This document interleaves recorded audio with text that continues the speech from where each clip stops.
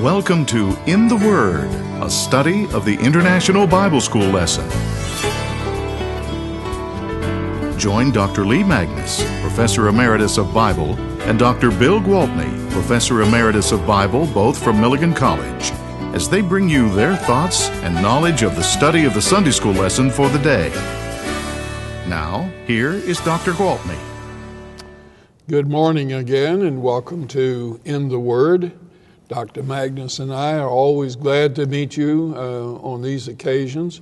We're continuing in our study of the letter to the Hebrews, and last time we were talking about Jesus, Lee, as being superior to Moses. Yeah. In God's house. And that's one of the key themes in the first 2/3 or so of the book of Hebrews, which emphasizes the superiority of Christ to all things Jewish. It appears that some Christians in some part of the ancient world, maybe Rome, were kind of slipping back into Judaism. After all, the Bible that they had at the time was the Old Testament. Right. The New Testament Yes. had not yet been compiled. And so they're reading a lot about this and about the sacrificial system and the priests and the Exodus and Moses and rules and regulations. Yeah, and they and think so maybe that's what we need to be doing to please God. Maybe that's how you're saved. And so the author of Hebrews writes this brilliant and beautiful letter, or sermon, or whatever it is, to convince them, no, we need to keep firmly focused on Jesus. So, well, several times that's even said. It is, yeah. Fix your eye and your attention thoughts, on Jesus. So to make that point, he goes back and very respectfully says, now these things in Judaism were wonderful, but Jesus is even better. And so first we had the contrast with the prophets. Jesus is a superior revelation of God's will. Then to angels, that Jesus may have been lower than the angels briefly during his incarnation, but that he was exalted to his former status, superior even to the angels. Then we get pretty much a chapter on Moses, chapter 3, and that's where we were last week. Yes, and Jesus is superior to Moses. Now that's saying a whole lot. Boy, that is saying a lot. From a Jewish standpoint, because Moses was at the top of the mountain. Yeah. What was the phrase you used last week? The prince. Moshe Rabbeinu, Moses, our great one, the greatest. The great one. Yeah. So now we come to another comparison and contrast. This time Jesus to Aaron as the high priest. Right. And the author has foreshadowed this point and dropped a few hints along the way. All the way back in the prologue, the very opening verses of this document, the author said, when he had made purification for sins, he sat down at the right hand. Now that is a reference to the priesthood. That's a reference and the task of the priesthood. To the priestly role. Yes. And then in chapter 2, verse 17, we had another reference to that, a powerful verse that we read last week. Therefore he had to become like his brothers and sisters in every way, so that he might be a merciful and faithful high priest in the service of God. Yes. And then at the beginning of chapter 3, therefore, brothers and sisters, holy partners in a heavenly calling, consider that Jesus, the apostle and high priest of our confession. So he's kind of sneaking in the idea ahead of the discussion. Right. But now when we get to chapter 4, verse 14, our lesson text for today, he's able to turn his attention totally to this point that Jesus is like the great high priest Aaron, but in many ways superior to him. We're going to have actually today's lesson and next week's lessons, both of them, on this one theme. On this one point. And especially the character of Melchizedek. And we're not going to talk about him today. We'll save that for next week. He'll be the focus of our discussion then, yeah. Okay, why don't I read, beginning in chapter 4, verse 14, through chapter 5, verse 10. And we need to point out that we've changed chapters, but there's no break. There's no missing verses in between. Right. And in fact, there's no pause in thought either. No. Yeah. The little monk who made the chapter divisions kind of it missed the point here. Yeah, it would have been better to start the chapter at 4:14, wouldn't it? Yes, yeah. it would. This all flows together. And I hope our viewers understand that when this was written originally, there was no such thing as chapter divisions nor verse divisions. Right. So they're not part of the inspired word. No, no. Let me begin then. Therefore, since we have a great high priest who has ascended into heaven, Jesus the Son of God, let us hold firmly to the faith we profess. For we do not have a high priest who is unable to empathize with our weaknesses, but we have one who has been tempted in every way just as we are, yet he did not sin. Let us then approach God's throne of grace with confidence, so that we may receive mercy and find grace to help us in our time of need. Every high priest is selected from among the people and is appointed to represent the people in matters related to God, to offer gifts and sacrifices for sins. He is able to deal gently with those who are ignorant and are going astray, since he himself is subject to weakness. This is why he has to offer a sacrifice for his own sins, as well as for the sins of the people. And no one takes this honor on himself, but he receives it when called by God, just as Aaron was. In the same way, Christ did not take on himself the glory of becoming a high priest. But God said to him, "You are my son, today I have become your father." And he says in another place, "You are a priest forever, in the order of Melchizedek." During the days of Jesus' life on earth, he offered up prayers and petitions with fervent cries and tears to the one who could save him from death, and he was heard because of his reverent submission. Son though he was, he learned obedience from what he suffered, and once made perfect, he became the source of eternal salvation for all who obey him, and was designated by God to be high priest in the order of Melchizedek. All right, let's...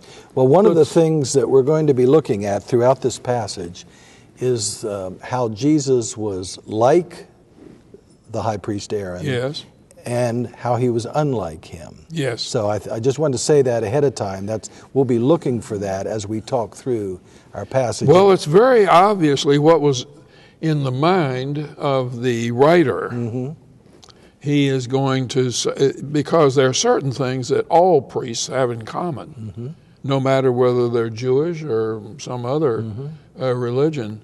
There's certain things that a priest is responsible for. Always a priest is a go-between character mm-hmm. who goes between the deity or deities mm-hmm. and the people. And this is especially seen in the Jewish practice as explained in the Torah, the mm-hmm. law of the Old Testament, mm-hmm. where you have a holy ground, mm-hmm. and nobody but special people who have been selected by God are allowed to come onto that holy ground and to deal with the holy fire and the holy mm-hmm. altar and all the rest of mm-hmm. the accoutrement of the worship. Mm-hmm. So in Jewish worship, the worshipers didn't gather together in the sanctuary. Not at all. For worship. No. They bring things, their sacrifices, to the entrance, to the doorway, and pass it. No, they don't even get to the doorway. Uh-huh. They bring it to not even to, except, there are exceptions to this, not even to the altar of burnt offering. That area is sacred. Yeah. Now, there are occasions when the person is accompanied to the altar, but never to the building itself. Never to the holy place or the Yeah. Holy of Holies. Okay. Yeah. Well, the So, passage... there are levels of holiness, too. There are priests that are allowed to go so far as the altar of burnt offering in the courtyard. There are others who are allowed to go into the first room, but into the inner sanctum, there's only one person who's allowed to go there, and only one day in the year is that person allowed to go. In other words, the further you go, closer to that which represents God, there is more and more restriction on who can go there. Good. Well, verse 14 begins with this reference to the great high priest, which is the phrase that we saw back in chapter 3, verse 1. And then immediately mentions his ascension into heaven. This author does a beautiful job of combining the incarnation of Jesus, that his becoming human, with the exaltation of Jesus. Yes. Now, this author didn't invent that. No. We see that. It's in Paul. It's in Paul. It's in Acts. It's even in the Pentecost sermon in Acts chapter 2. Peter's sermon there makes it very clear that Jesus became a human but then was exalted. So, but this person emphasizes this, I think, because it's one of the ways in which he can show the superiority of Christ. Sure. This exaltation. And that's the whole point to the writing. Yes. So unlike prophets, unlike Moses, unlike Aaron, Jesus' exaltation sets him apart.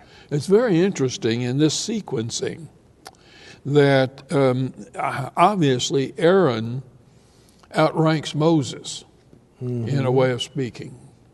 Moses is a great lawgiver, but it's Aaron who is the one who represents the people to God and represents God to the people at the altar. Right. So even Moses, in a sense, would have to rely on his brother Aaron to be his go-between to God. Another thing I looked at this morning in preparation was the wisdom of Ben Sirach. Toward the end of that composition, which is much later than than the Old Testament, but before this writing, there are about 5 chapters or so devoted to the great men of the Hebrew faith, and in that document, of course, we have a listing of various individuals, and Aaron gets 3 times the amount of interest as to Moses, compared to Moses. So in the minds of some people, the priesthood is more elevated than even Moses. Than the great leader Moses, yeah. Well, also here in verse 14, we see our author's favorite designation for Jesus, the Son of God. Ever since verse 1, he's been emphasizing the sonship, and we've talked a little bit about how even Moses describes what it means. Previously, we looked at. It's an heir, and we noticed the contrast last week. Moses was a servant in God's house. Jesus is the son over God's house. Right. Yeah. And then here in verse 14, we have one of the great exhortations. And there are 2, right? There are 2 in this section.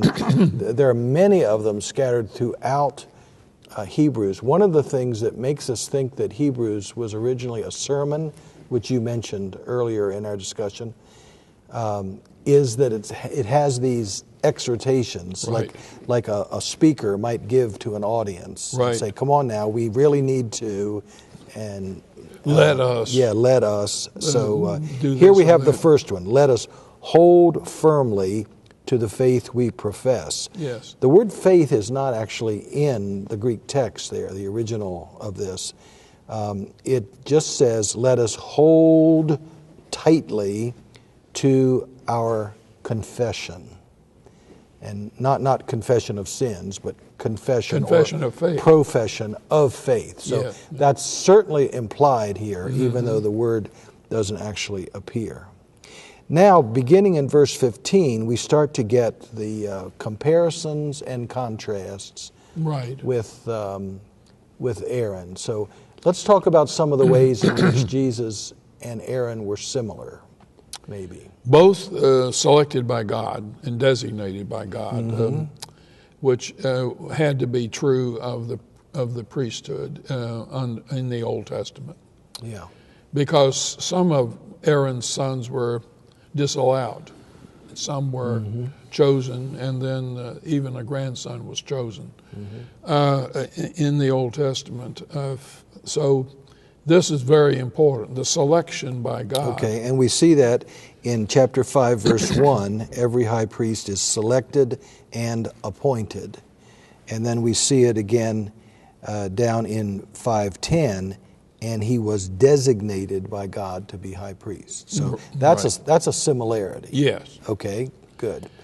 Another similarity is the priest is a go-between. And Jesus functioned in that way just as surely as other priests Yeah, did as well. yeah. Yeah. Most basically of all, we might say that both Aaron and Jesus were human. They shared human experience. That's right. And our author is very keen on that. He wants to remind us that Jesus experienced human life in all aspects. Yeah, the life of Christ, of Jesus as the Christ, is seen as pre-existing, but then being lowered to below angels as a human being, and then re-elevated to a former position of importance. That's the role of the superiority of Jesus. Verse 15 speaks to this similarity. We do not have a high priest who is unable to empathize with our weaknesses, but one who has been tempted in every way just as are we. Now It's human. Yeah, that much of the verse emphasizes the similarities, that Jesus was a human. He experienced... For that short period of time, Yes, he was a human. He experienced human weakness and was tempted. And I think it's important for us... Being tempted doesn't mean sin. Exactly. I think sometimes we're tempted to think that once you've been tempted to something, you've already committed the sin. But that clearly is not true. Well, our friend Henry Webb had a saying that he got from somewhere else, I'm sure. You can't keep the birds from flying over your head, but you can keep them from building nests in your hair. Okay. With him, that was difficult since he had very little hair. Oh, that's hard. That's not nice. That's not nice since he's not here to defend himself. Yeah, right. But at any rate, the point is clear. It is. And well made with that simple little analogy. And the letter of James in the New Testament makes that same point. We're all tempted, and we're going to be tempted in many ways. But that doesn't mean we have to respond to that temptation. Only when we kind of give in to the temptation does the process of sin. Resisting temptation, I think James makes the point, makes you only stronger. That's true. Yeah. So even Jesus was tempted, and this verse makes it clear. All you have to do is read the Gospels. The three parallel Gospels refer to his temptation, and Matthew and Luke describe it. Yeah. But we're likely to think, well, he was tempted right at the beginning of his career, and never faced temptation again. But we remember Jesus in the garden. Yeah. That's going to come up here later in this passage, which suggests that you have bookends, that there were other occasions, although they're not reported in the Gospels. It's not just that he was tempted at the beginning and at the end and had no other temptations. Right. He was tempted in every way just as are we. it says here. Now, the very last phrase of 15. I stopped it. Yet he did not sin. And there is a sharp contrast with Aaron. Yeah. And that points to the superiority of Jesus as high priest. His sinlessness. Now, verse 16 has this second exhortation that I was talking about. The first one was in 14, let us hold firmly to the faith we profess. Here, let us approach God's throne of grace. Just in recent weeks, we've talked about this idea of approaching, haven't we? Yes. We talked about that some. And it's going to come up again. Yeah. The idea of approaching a throne room is one connotation. You might think of the story of Esther, who doesn't know if she has the boldness, but eventually does summon up the courage to approach. Yeah, it's a risk. Yes, it is a risk.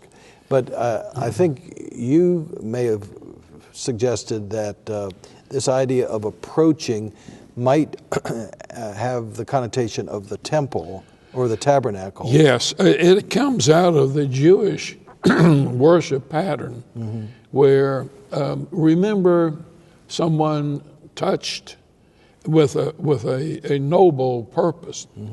Someone not designated touched the ark. Oh, and they died. And was struck dead by it. Yeah. The idea is the commoners are not allowed to approach the throne of God. And I think the throne of God is actually a way of referring to the Ark of the Covenant. That there are levels of sanctity, and you can only go so far. But what this verse is saying is that because of what Jesus has done, we may all be bold to approach we the can throne approach of God. it just as surely as only Aaron could approach. As only the high priest could have once approached. Now what Jesus has done is create a whole new way of relating to God in which we all have the confidence to approach directly. Of course, nowadays we take this to mean in prayer. You're right, right. And he will talk about prayer a little bit later in this passage. He concludes this verse by saying, the result is so that we may receive mercy and find grace to help in time of need. Mercy and grace. Mercy and grace, yeah. I've realized that I kind of use them interchangeably a lot as characteristics of God, God's grace in our life, God's mercy upon us. Yes. But just recently somebody was saying, what's the difference between grace and mercy? You got challenged. I did, and I noticed, here they appear in this verse right side by side, and so with some discussion. They're similar but yet different. Right, they overlap, but they have something distinct. So in some discussions with my friend and my wife, we arrived at this. I don't know if it works or not, but grace is what we receive that is undeserved, right? Unmerited favor of God. Unmerited favor, right. An undeserved gift. Right. So grace is the gift we receive that we don't deserve. Mercy, on the other hand, is what we don't get, punishment, that we do deserve because of sin. So. Well, I think that's good. I look at it slightly differently. Grace is, as you say, the gift. And I think mercy is kind of the motivating factor that sponsors the gift, perhaps. Out of the heart of God. Yeah. Yes. Yeah. Another contrast between Jesus and Aaron is mentioned down in verse 3 here. Aaron had to offer sacrifices for his own sins as well as for the sins of the people. Yes. Twice on the Day of Atonement, Aaron entered the most holy place, first to atone for his sins, and the second time for the sins of the people. Okay. Verse 5 mentions the point you were making earlier about the appointment. Christ did not take on this glory himself, but he was appointed. And we have the two verses, one from Psalm 2, You are my son, today I have begotten you, is the usual translation. And then from Psalm 110, you are a priest forever in the order of Melchizedek. Both psalms are royal psalms for the coronation of a king. Okay. In ancient Israel, and then they are used here to describe Christ in Christian viewpoint. Good. Now we'll deal with Melchizedek next week. Next week's lesson. Yes. Now, verse 7 talks about Jesus' fleshly existence. In other words, Yes. his human life. And here we see several fascinating statements about Jesus. These are functions of the high priest. Okay. The offering of prayers for others. And petitions. Okay. Which really links back to a verse that we skipped and failed to make a comment about in verse 2. He's able to deal gently with those who are ignorant and going astray. That's a part of the priest's functions Okay. that we don't hear much about. Right. And this idea of petitionary prayer or intercessory Yes, prayer yes. is also a priestly function, right? Actually, Okay. yes, very much. So here we see. But here, interestingly enough, Jesus is pictured as praying for himself. Yes. And there's a mention of cries and tears regarding God who could save him from death. Yes. This This reminds is me, Gethsemane. Okay, it reminds me of Gethsemane, yeah. Because there we know there were tears, and Jesus wept on other occasions, but this surely is Gethsemane. Clearly, the statement is that God heard these prayers, Yeah. but would not favor them. Yeah, that's a very important point to me, because sometimes in my prayer life, I think I'm tempted to say God didn't hear my prayer because it wasn't. You didn't get what you wanted. I didn't get what I wanted. Yeah, you know? right. One of my sons was born with a little tiny hole in his heart, and I prayed from the second day of his life. I prayed every day of my life that he would be healed and he wouldn't have to face surgery. And the doctor said that was very likely to happen anyway. I prayed every day of my life for 15 years. And finally, the doctor one day said, nope, this is not going to close. We're going to have to cut open his chest. And I felt like my prayers had not been heard, but they still had to face surgery. But he came out of that surgery a strong, healthy young man, and in a sense, I believe now that my prayers were heard. They were heard. And were answered. And were answered. But not the way you expected or wanted. Not at all.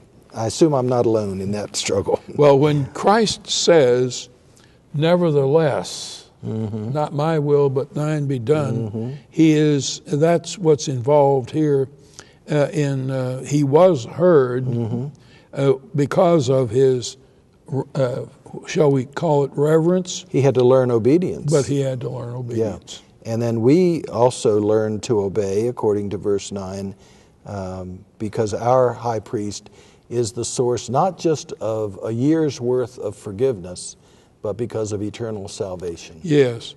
And when he accepts this and then submits to it, he has learned obedience, and so he is able to extend obedience to those who obey him. That's us. We're so glad you could be with us today, and in this very meaningful passage of Scripture about the high priesthood of Jesus. It will continue next week, and we'll be talking about Melchizedek in great detail next week. So come and join us then. God bless you. This has been In the Word, a study of the International Bible School lesson with Dr. Lee Magnus, Professor Emeritus of Bible from Milligan College, and Dr. Bill Gwaltney, Professor Emeritus of Bible of Milligan College. Join us again next week for another lesson from the International Bible School lesson text. This has been a production of the First Christian Church Television Ministries.